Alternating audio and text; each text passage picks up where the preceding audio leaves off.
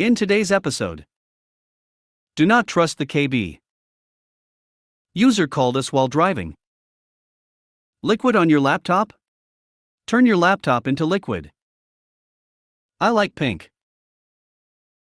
Before we get started, make sure to subscribe so you will never miss a video. So let's get started. Do not trust the KB.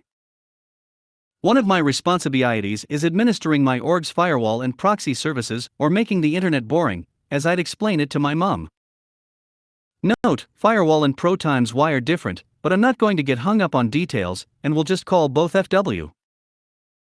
As was the trend in 2020, a horde of new conferencing solutions descended on us from nowhere. It was also pretty common for these to not work straight away, so I'd end up having to find out why our FW didn't get along with the new conference service. Some of these conferencing products were great. They would give you a list of addresses that they need access to, they would rank them by importance, and would then provide a well-made test call function to finish up with. The one I'm here to talk about did none of these things. Their knowledge base, KB, was very brief and gave little information besides the domains, but I could work with this. Some of these domains were ridiculous, along the lines of VC12 Bravo 34, EMEAW56, product, com. I copied the domains over to the allow list on FW, and asked the users to wait 20 minutes for changes to apply. Theirs was no test functionality, I had to ask our staff to make calls. An hour later it's still not working. I end up scheduling a meeting with customer and third party to troubleshoot. I point out that the meeting we are having is working just fine, ask why they can't use existing product. They are adamant they want the new shiny thing. I proceed with whatever tests I can think of, but still can't get the thing working. I gather what info I can from browser dev tools and let everyone get on with their day. I check my configuration and reapply it minus just in case. I search FW logs and find nothing blocked. I ask a couple of colleagues to look over my work, they find nothing wrong. I come back to the ticket days later. For some reason, this time I decide to hand type the 30 random character URL and search for it within the KB. There are no matches, I must have mistyped. Same the next 3 times. I scroll around and find the URL within the page. I type it again, but it still evades the search result highlight. Some time spent in Notepad later, I discover that the address from the KB contains a minus while the actual URL that my clients are visiting contains a dash. Still confused? I was. Asterisk the key next to 0 on my keyboard is U plus 002D-.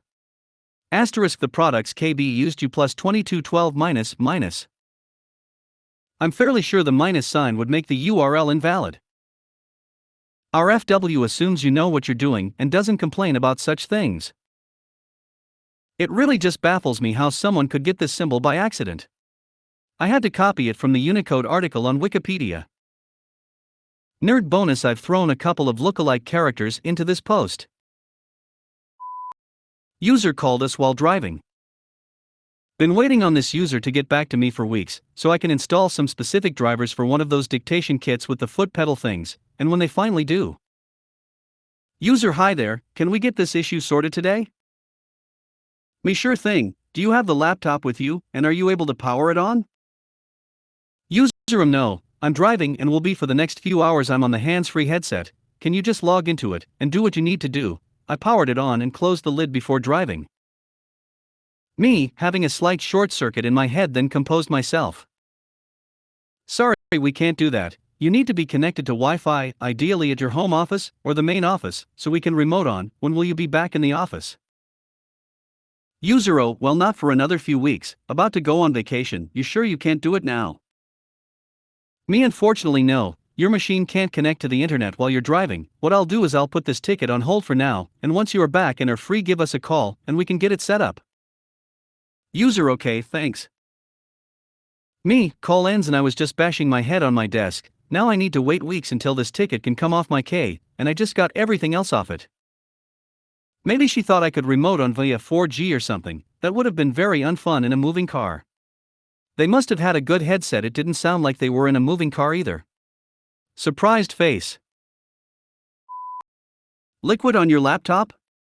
Turn your laptop into liquid. A few years back, I worked for a large university that issued Lenovo laptops to every student and faculty member. My job was to work on mainly hardware repairs, but also some software stuff.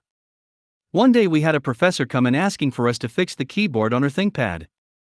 She told us that she had spilled a glass of water on it a week before, and it wasn't working anymore. No big deal, we've dealt with that before. There was one issue though. She had told her teenage son about what happened, so he offered to fix it. With her blessing, he grabbed his trusty blowtorch and went to work drying out the laptop. Well, he managed to dry it out as well as melt the chassis, keyboard, and the boards inside. It had gone from a simple fix to a complete write-off just like that. Anyway, the moral of the story is don't use fire to dry your soggy electronics. I like pink.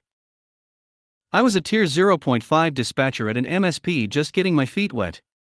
One day I'm looking at our ticketing system, and there is a settings icon. I start poking around and see there are themes. Cool. The themes are really just a color palette for the background of the site. It was currently a light blue.